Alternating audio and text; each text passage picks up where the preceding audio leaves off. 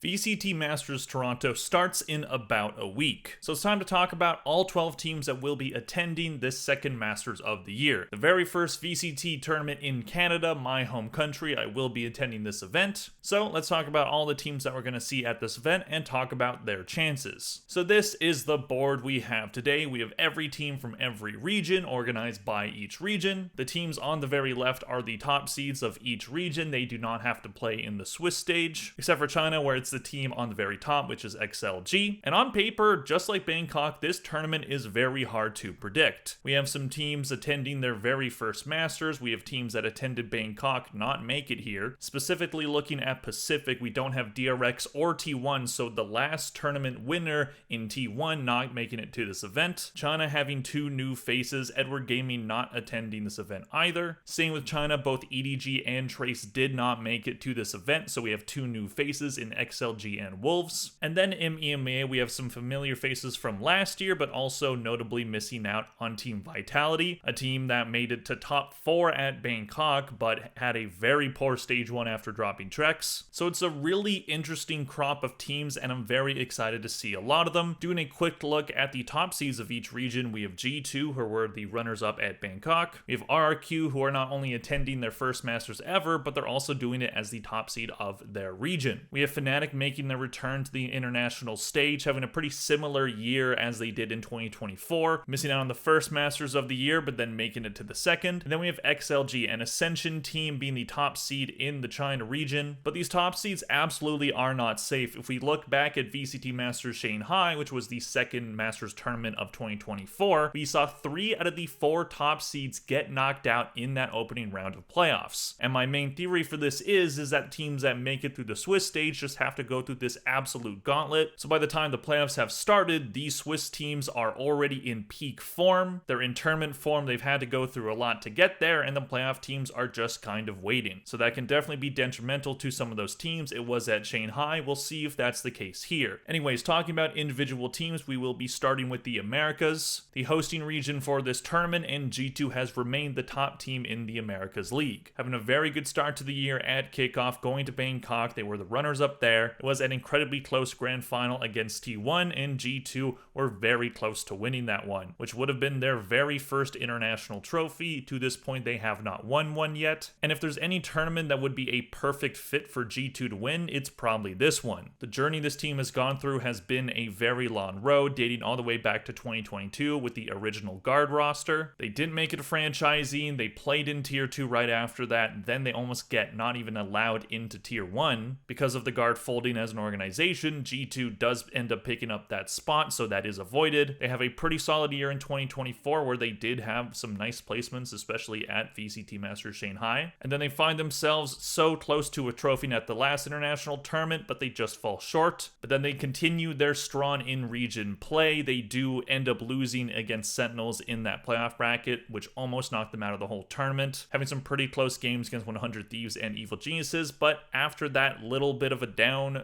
swing from them, they did end up recovering and still remain the top seed in their region. So just when America's teams had thought that they figured G2 out, G2 reminded everybody why they're so good. And Jonah P is the lone Canadian at this tournament, so that would be a great story for him to win in front of probably his family. So let's look at the stats we have on the board for this team. Their stage 1 MVP has got to be Trent. For the MVPs of each team, I just put down who had the best rating, so you can debate who is the MVP of each team for sure, but I'm just doing the rating because that's just the simplest way to do it. But Trent did end up having a rating of 1.24 in stage 1. Very strong run from him, looking like one of the best Taehos in the world. The question is, now with Taeho nerfed, how is Trent going to perform? He's been really good on different Asians before. Maybe we'll see him play more Fade, more different initiators. And he's had a lot of success in the past, so I don't necessarily think that Taeho being nerfed is going to kneecap him too much. But it does mean that G2 will have to change up their comps. In terms of their best map, it's got to be Lotus. They have a 10-1 record on it. Attack win percentage is 58%, defense is 64%. So they've only lost once on that map so far in the entire year. And that one time losing is pretty recent. That was against Evil Geniuses. So there is a chance that teams start to figure them out on that map, but they're just so good at that map that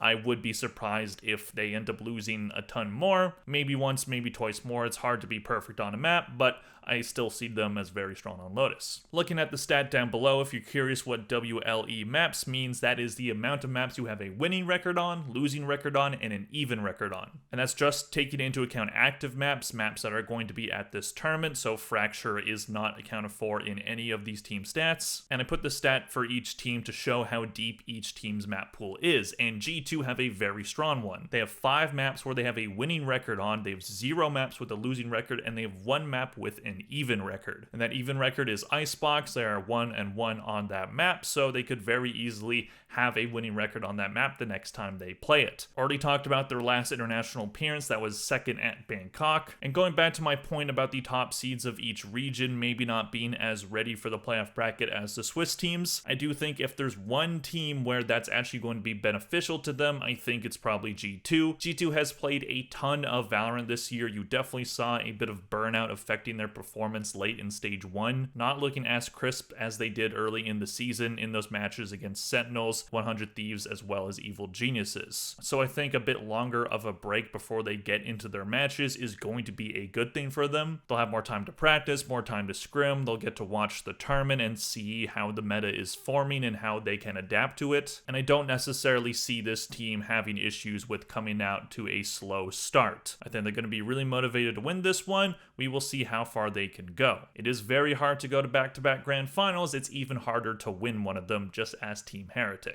Moving on to the America's runner-up team, we have Sentinels, qualifying for their second tournament of the year. They were at Bangkok as the second seed as well. So G2 has kind of been a thorn in their side when it comes to those matches to qualify as the top seed or bottom seed. Sentinels have had a pretty strong run in 2025 so far, but it hasn't been without its downbeats. Bangkok specifically was pretty rough for them. They lost their only 2 matches of that tournament, and that is after a kickoff that, while by the end of it they looked in pretty good form, the start of it was pretty rocky for them. So that, as well as their performance at Bangkok, caused a lot of people to say that this team is just not as good as they were last year, or at the very least not in peak form. But in stage 1 they did prove doubters wrong. There were some hiccups like that match against Crew that they ended up losing, but they ended up entering the playoff stage with a 4-1 record, just missing out on top seed of their group. They immediately opened playoffs by beating C9, and then they get their first win against G2 all year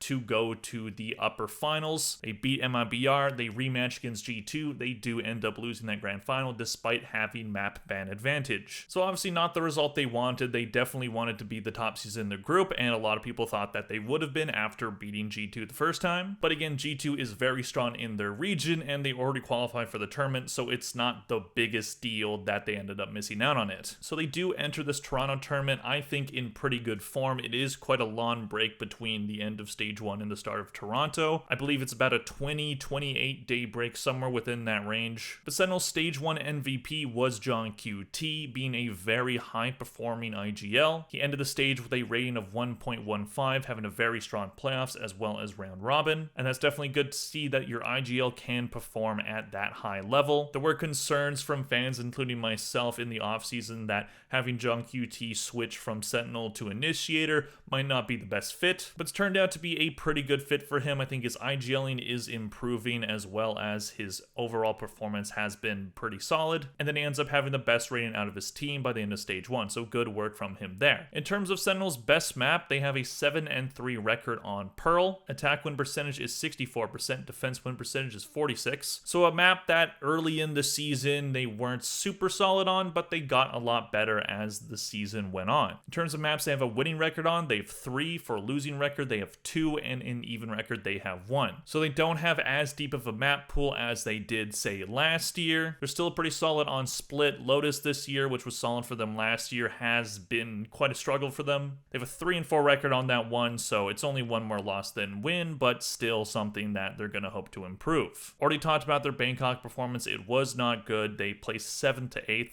having a pretty embarrassing last map against Team Liquid. So we'll see how far Sentinels can take it. I don't see them performing the same way that they did at Bangkok. Sentinels' history at internationals generally is pretty solid. They only really have 2 international tournaments in their history where they had a bad placement, and that was Bangkok and then dating all the way back to 2021, champions didn't go well for them there. But Sentinels generally have very exciting matches. They seem to go pretty far at tournaments. We'll see how far this iteration of the roster can go. Last year they did, of course, win VCT Masters Madrid. Can this roster do the same despite the changes of Tens and Sasi not being here anymore? We will see. Moving on to the third team in the Americas, we have a first-timer here in MIBR. MIBR, an organization that throughout their history in Valorant have been honestly pitiful. It has been a very long road for MIBR to have a good team. They've never really had one. At least if we're talking about franchising. In 2024, they were one of the worst teams, if not the worst team in the region. Same with 2023. They never really had a roster that looked impressive or had stars or had basically anything good. However, for 2025, they took advantage of a situation with Leviathan losing Ospos, and they were able to pick that player up, revamp the roster with some solid rookies in Cortesia as well as Genom, and then after a solid performance at kickoff where they placed third, just barely missing out on Bangkok, they were able to pick up Verno. So they have 3 rookies on their team, and all 3 of those rookies should be in the conversation for Rookie of the Year. Couple that with having Ospos, one of the best, most consistent players in the entire history of the VCT, as well as Artson, an experienced player who now is doing wonders as their IGL, this team is incredibly dangerous and no one should take them lightly. There will be that question about inexperience for some of those rookies with this first international land. The pressure is definitely a lot more than in the Americas League. However, with experienced players like Ospos and Artson on their team, as well as their coach in Fraud,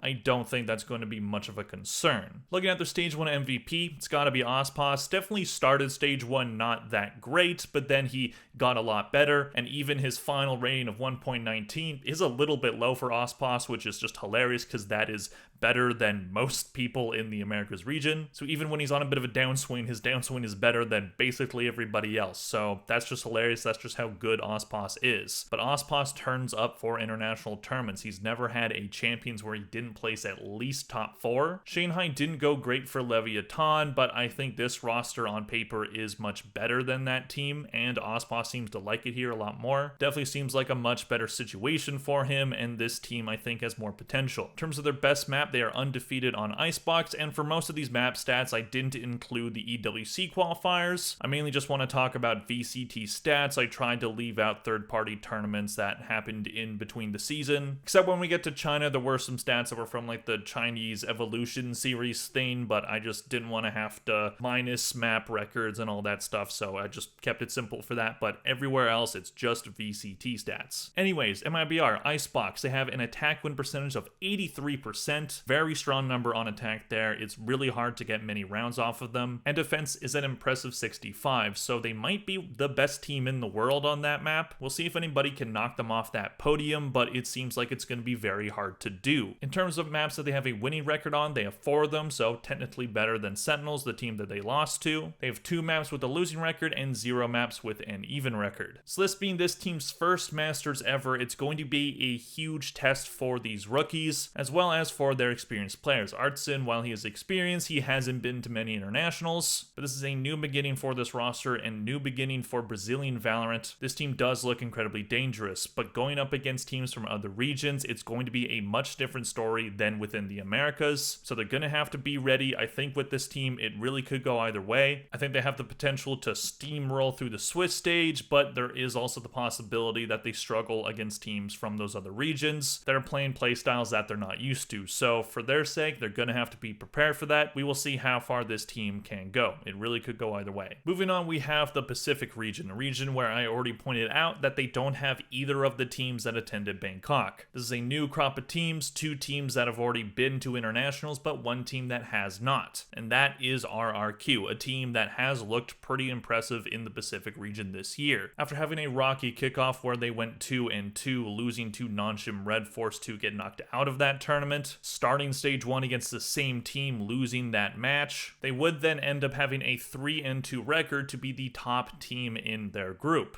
So having that bye round in their playoff bracket, they ended up facing DRX, a team with one of their former teammates in Estrella, and a team that historically qualifies for international tournaments, even the most recent one, but RQ were able to get the win. A close 2-1 victory for them that ended up going into overtime in map 3. RQ get the job done and qualify for their first international tournament. But the job was not done there. They ended up facing off against Gen.G in that upper final. Gen.G gets the better of them, knocks them down to the lower final where they would go up against Paper X, a very experienced team that was getting hot at the right time, but RQ were able to shut them down, winning that one 3-2, rematch against Gen.G and beating them 3-1. What's impressive about RQ to me is they are a surprisingly deep team. For a team that only has one player that's been to an international before, there are some really talented players here. Cushy, their new addition to the roster, had a very solid start to the year, didn't maintain that insanely good start, but still kept up a very solid performance. Crazy Guy, formerly of Bleed, when he came into this roster as the IGL, he turned this team season around. Xfaro, solid performer, and Monye, formerly a Paper X player and of Global Esports. Arguably his performance in Stage 1 this year is one of his worst, but he still is a really good player. Having the lowest rating on his team, but he still provides a lot of value. But easily their MVP has been Gen.G, who in the Pacific had the second best rating at 1.22. Really solid performance by him. He's been very consistent, especially on the duelist role. His current performance has been one of the main reasons why they were able to qualify for this tournament. In terms of the best map on Ascent, they have a 4-1 record. Attack win percentage is 67, defense is 51. They have 4 maps with a winning record, 1 with a losing record, and 1 with an even record. So for a team attending their very first Masters, they have a very impressive resume so far in 2025. This is a team that has had rosters that look pretty solid, but maybe weren't as synergized as this one was. But it looks like with the addition of Crazy Guy, with Gen.G being in peak form, this team does look pretty dangerous. But as I said about being a top seed, you're not going to be starting in that Swiss stage. Does that end up hurting RRQ? Are they going to end up facing off against a team that has a really strong record and get knocked out early? They're going to have to hope that they are in that peak form when they start their match. It's going to be very important to keep the jitters down and just play your game, and this team does have some pretty big potential. Is it tournament winning potential? I'm not so sure, but you are top seed in your region, so on paper, you probably should be. Moving on to our second Pacific team, we have Gen.G, a team making their return to the international stage after missing out on Bangkok. In 2024, Gen.G were by and large the best team in the entire world, making it to 2 different grand finals, being the runners-up at Madrid and then winning Pacific's very first Masters tournament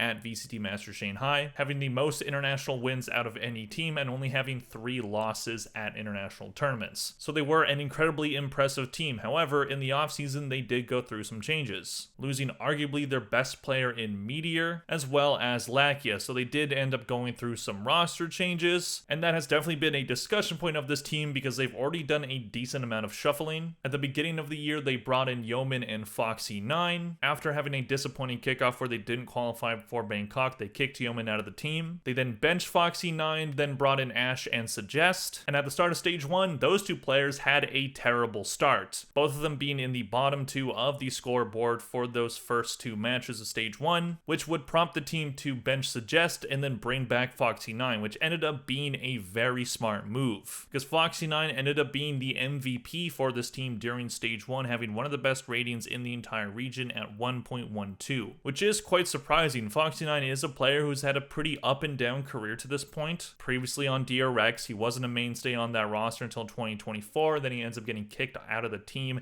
at the end of the year. Finds his way over to Gen.G, doesn't have a great kickoff, gets benched, comes back, and then performs incredibly well.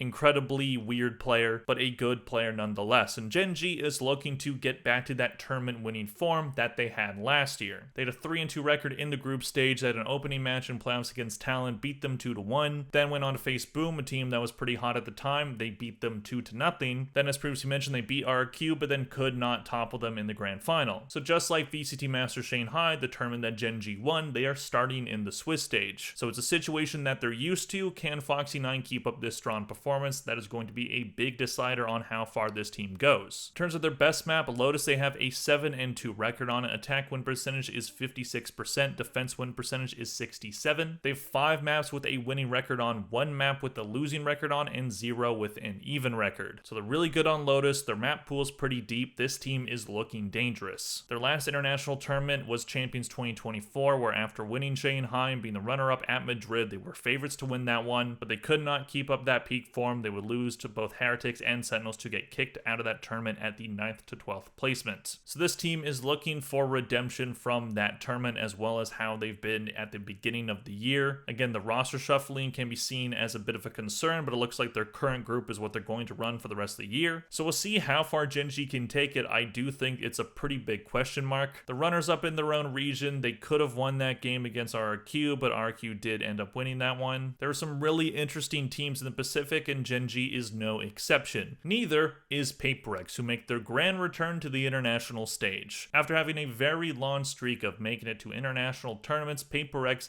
did not qualify for Masters Bangkok, getting absolutely decimated at kickoff, losing to DFM in a 13-1 map, and then started their round robin in stage 1 with 3 losses. So that caused team management to finally make a roster change. For that 3rd loss in a row, Patman was in over Mindfreak, so a roster change, something that this team had basically refused to do for quite some time. It finally had to happen, because this team was slipping. They looked like they were going to have another pretty bad performance, but then they turned things around, and you can hear the train coming. Track by track, a commonly said term during stage 1 by none other than Sliggy, and the train started to roll, and it didn't stop for a while. Playoff start, they're in the lower bracket, they're facing off against T1, a team that was definitely having their struggles, but still being a Masters winner, they should be able to win that one, right? Nope, train just runs right through them. T1 is out. Then they face off against Boom, a team that arguably looked like the best team in the entire region. Boom, train runs over them too. DRX, a team that was struggling, but still a team that usually makes it to these international tournaments, and a team that faces off against PaperX quite a bit. Nope, train runs right through them, track by track. This train ain't stopping. However, the train, after reaching its main destination of qualifying for Masters Toronto, would come to a halt against RRQ. Losing that match 3-2, the train is stopped,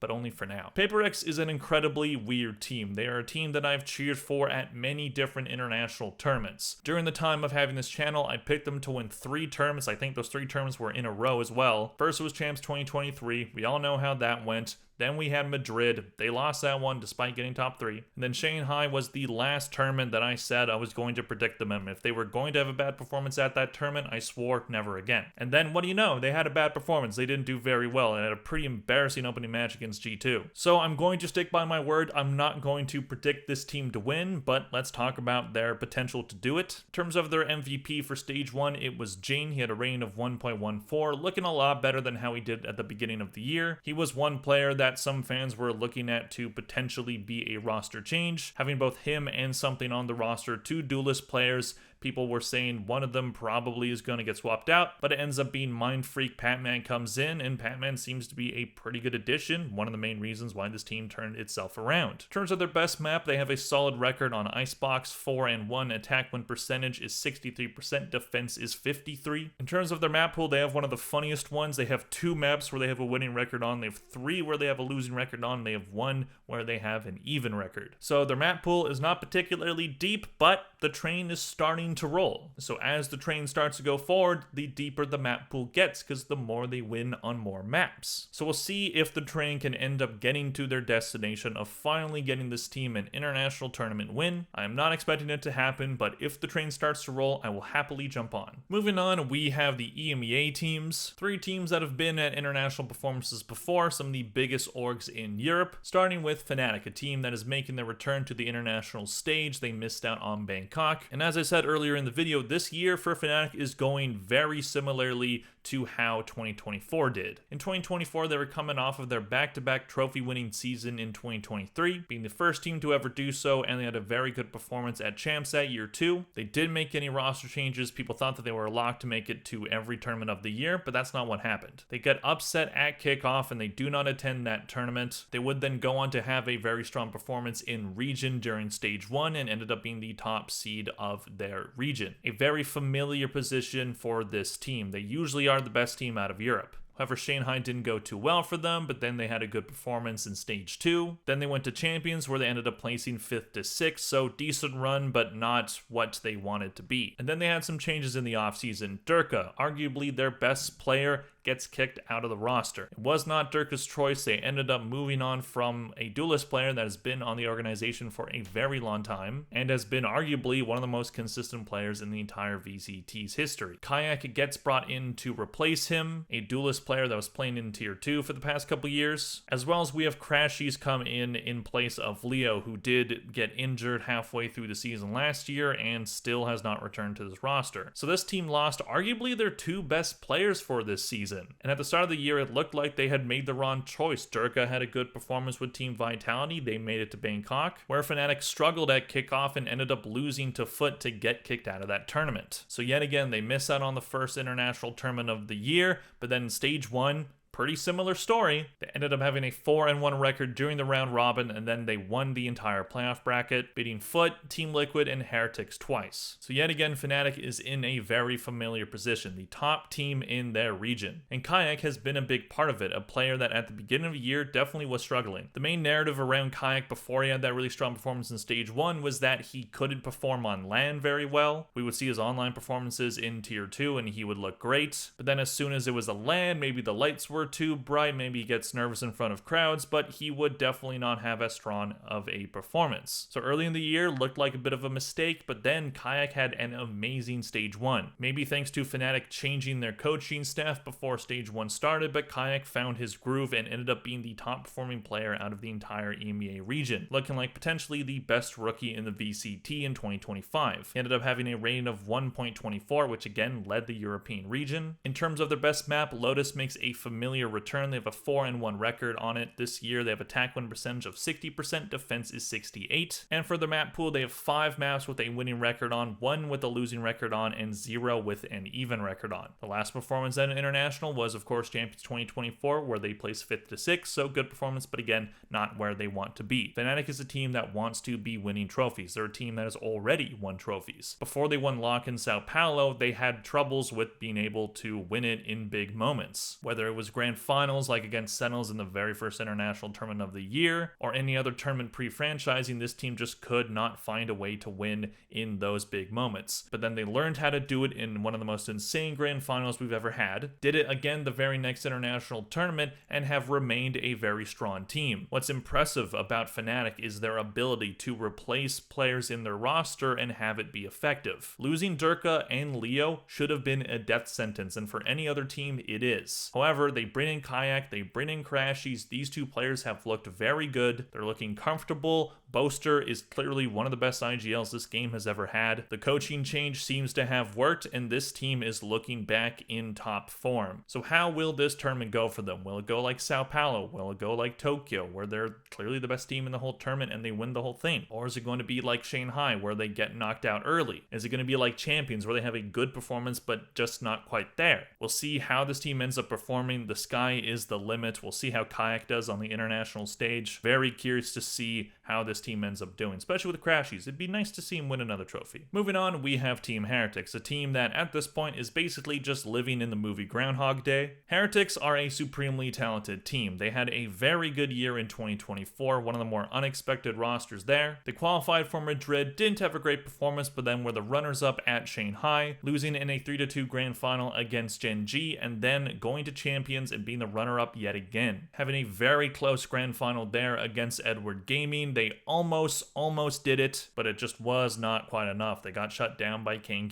and company. And this team is so talented, but so frustrating if you're rooting for them to win, because they will have times where they look like the best team in their own region. They'll have times where they look like the best team in the world. They'll have times where their players are looking in peak form. And then they'll get to grand finals and then they'll lose them. Every single grand final, whether it be in region or international, that this team is able to make, they lose it. And I am rooting for them to win an international tournament this year. I'm not saying I'm rooting for them in this one specifically, but it would be nice to see this team finally get over the hump. However, I thought that to be able to do it, they were going to have to win a grand final in their own region first. And they almost did it. They ended up making it to grand final in their own region yet again, but then the same story repeats itself and they lose to Fnatic. So at this point, just seems like grand finals are just kind of cursed for them. So if this team ends up making it to that grand final at this Toronto tournament, can they win it? I don't know. It just feels like that pressure is going to be very much on them, but maybe it ends up being a benefit to them. But can they even make it to that grand final? Well, let's talk about it. In terms of their Stage 1 MVP, it was MIBR, who has had a very good year so far. 2024 had its ups and downs for him. He didn't attend Shanghai. He was a very good player at Champs, but started that tournament pretty rough. And then this team, of course, had their slow start to 2025, where they lost in kickoff. They could not qualify for Bangkok against Team Liquid. But then MIBR ended up having a very strong Stage 1. Pretty great performance early on, dropped a little bit, but still ended with a rating of 110. In terms of this team's best map, Pearl, they have a 3-0 record on it, so undefeated there. Attack win percentage of 64% and defense is 55. In terms of their map pool, it's the exact same as Fnatic. They have 5 maps where they have a winning record on, 1 map with a losing record, and 0 with an even record. I was rooting for them in that one. I wanted to see this team get over the hump, but it just ended up being a bit of a disaster for them. So this team is genuinely looking in pretty good form if you wash away that grand final against Fnatic. The Swiss stage is nothing new to them, so I do expect them to be able to perform there. However, they're going to be going up against some pretty tough opponents. Their opening match is against PaperX, so that is 2 teams that typically choke at these big international tournaments. Who's going to choke less? I do think this team still has potential to win an international tournament. Their 2024 year definitely could have ended with 1 win, but it didn't happen for them. They keep the same roster, which I do think was a good move. They have some supremely talented players who have shown to perform at the international level.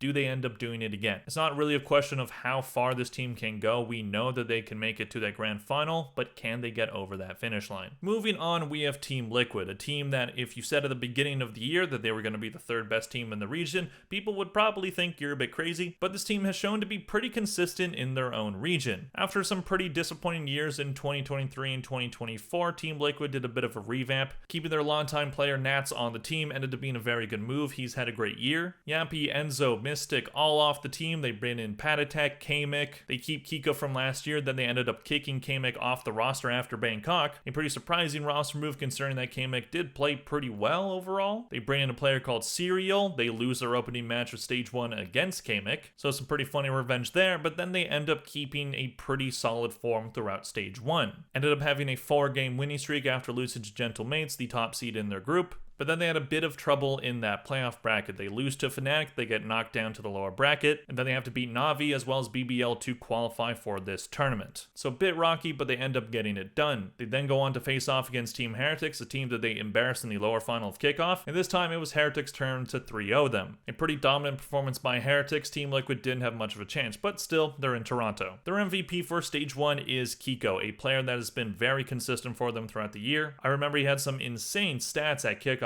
being easily the top performer in all of Europe, and I saw those stats and thought that they were not sustainable. I was right. However, he has still maintained a good performance, a rating of 1.09, respectable. In terms of their best map, they have split with an 8-3 record. Attack win percentage is 55%, defense win percentage is 60%, and their last international performance was Bangkok, where they placed 5th to 6th. They were able to beat Sentinels, but they could not go on to beat G2. So Team Liquid does have a pretty solid team. I wouldn't necessarily call them tournament contenders, but they do have a player that has won an international tournament in Nats. He's one of the most consistent players in the entire history of the VCT. There's a reason why he's been around since 2021. Now he's the veteran presence on this team that does have some pretty good firepower. Kiko especially, Patatek being a good performer too, and some interesting pieces in both Camo and Serial. So while I don't think this team's ceiling at this tournament is necessarily that high, I could see them placing similarly to how they did at Bangkok. They do have potential to be a spoiler team, a team that could take down some teams that people would expect them to lose against, creating some upsets along the way. So definitely don't count this team out. Historically, Team Liquid have performed decent at internationals, not necessarily fantastically. They've never made it to a grand final, but there's been performances here and there where they look pretty good. So maybe this ends up being a good one for them. Moving on to the final region we have to talk about, we have China. Now China has a pretty interesting group of 3 teams. For the first time ever in an international tournament,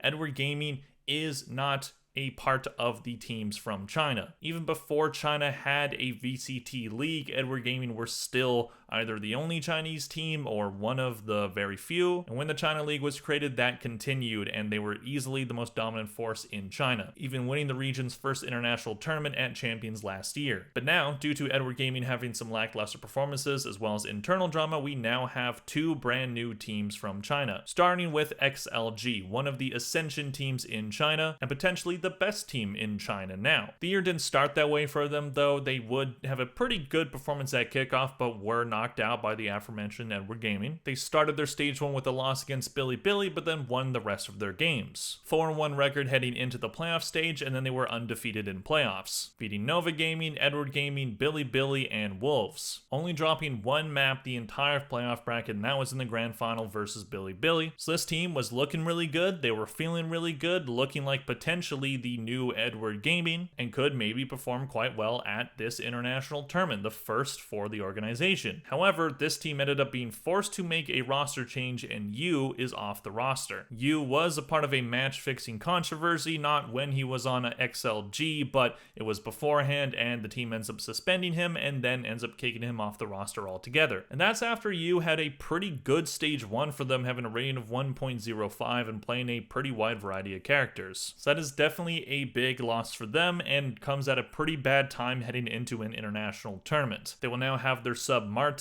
play in place of Yu. So does this team still have a chance despite that controversy? Well, at the very least, they didn't lose their MVP. Their stage 1 MVP was Rarga. He had the second best rating in all of China at 1.25. In terms of the best map, it is Lotus. They have an 8-3 record on it, not including the most recent third-party tournaments. They have an attack win percentage of 57%, a defense win percentage of 54%. In terms of their overall map pool, 5 maps with a winning record, 1 with a losing record, and 0 with even. And as I already said, this is this team's first Masters ever. So this is a pretty important tournament for this team. They have a lot riding against them. Losing one of their players a few weeks before the tournament start, also being an Ascension team where the stakes are a lot higher for them. They're going to need those champs points to be able to qualify for champions, to be able to stay in the league next year over DRG. And that is something that this team should be able to accomplish, but they also want to be doing well at these international tournaments to maybe secure a trophy. We'll see how this team ends up doing. For me, them as well as all the China teams are going to be a big question mark. Usually it's a lock for Edward Gaming to perform either really well or just okay, and the other China teams at tournaments usually don't do very well. But now we have 3 teams where they've either been at an international tournament in the next team we're going to talk about, or this is their first time ever. So it's really up in the air for this teams. We'll see what their potential ends up being. Moving on, we have BiliBili, the only Chinese team that have been to international tournaments before. Historically, it's only been champions for them, so this is this team's first Masters. Of course, having that infamous upset win over Gen.G in Champions 2023, a moment that will never be forgotten, even if BiliBili ends up doing literally nothing else in the VCT in their time. But historically for BLG, it's been a bit of a struggle to maintain that second or third best spot in China, either losing that spot to either Trace or FPX, but now they're here. Kickoff didn't go great for them. They lost to Trace and Edward Gaming, the 2 teams that attended Bangkok. But then they have a strong group stage where they start with the win over XLG. 4-game winning streak there would end up being snapped by Trace, and then they get knocked down to the lower bracket against Wolves. After being the top seed in their group, 1 game away from qualifying for Toronto, just slipped away from them. So they go up against some familiar faces, Trace Esports. This time, BiliBili got the better of them, won that 1-2-0, and then they face off against another familiar face in Edward Gaming. This is BiliBili's best chance to put them in the ground, and they ended up doing it. 2-1 victory, very close third map, but they get it done. And then they rematch against Wolves in the lower final. They get the better of them that time. 3-0 win, but then XLG gets their revenge against them in the grand final. So they have to go through the Swiss stage. Will it go well for them? Well, their stage 1 MVP was Wheezy, who ended up having a rating of 1.21. In terms of the best map, it is Pearl. They have a 7-3 record on it. Attack win percentage is 50%, defense is 58%. In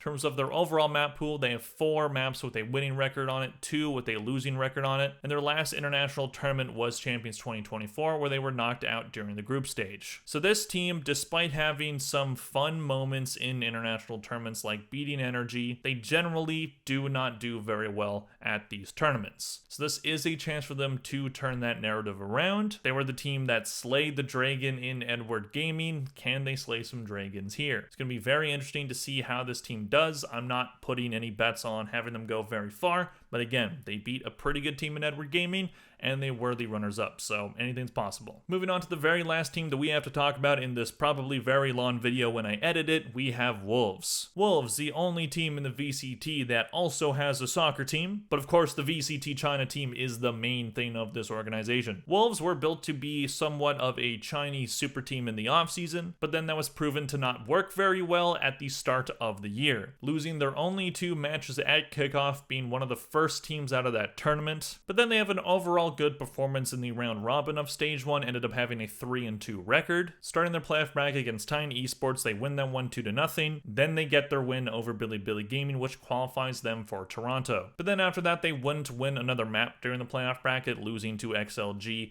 and BLG. So not the best end to that tournament, but still they are at the international. For their stage 1 MVP, Uika had a rating of 1.07. Their best map was Haven, where they have a 5-1 record on it. Attack win percentage is 62% and defense is 46. In terms of their overall map pool, it's not very impressive. They have 2 maps with a winning record on it, 2 maps with a losing record, and 1 win with an even record. So attending their very first Masters ever, they're not exactly looking like world beaters, but anything is possible when you make it to these tournaments, and China is looking to change the narrative around the rest of their region, and this tournament is a pretty good opportunity to do it. So do Wolves end up living up to that super team name that was said about them in the offseason? Right now I would say no, but again, anything is possible. So those are all 12 teams that we have to talk about. Oh my god, this video ended up being a lot longer than what I thought it was going to be, so sorry about that. But even so, this is a very interesting tournament that I'm very excited to both watch online and in person. It's going to be a great time. I'm very excited for it. If you end up seeing me at the event, please say hi. I'm going to be meeting up with some other creators there as well, so pretty excited about that. But for now, we still have some more videos to make before the tournament gets started. The next video is going to be my power rankings and predictions video, so look out for that in the next few days, as well as a top 10 players list. Going to try to get that out before Platjet does, so I can, kind of get one over them. Anyways, let me know in the comment section down below, who do you think is going to win this tournament? Who do you think has the best chance? Who do you think has the least chance? Who is a dark horse for this tournament? Let me know all that and more in the comment section down below. Please click like and subscribe if you enjoyed this video. Thank you all very much for watching. I'll see you guys in the next one. Bye.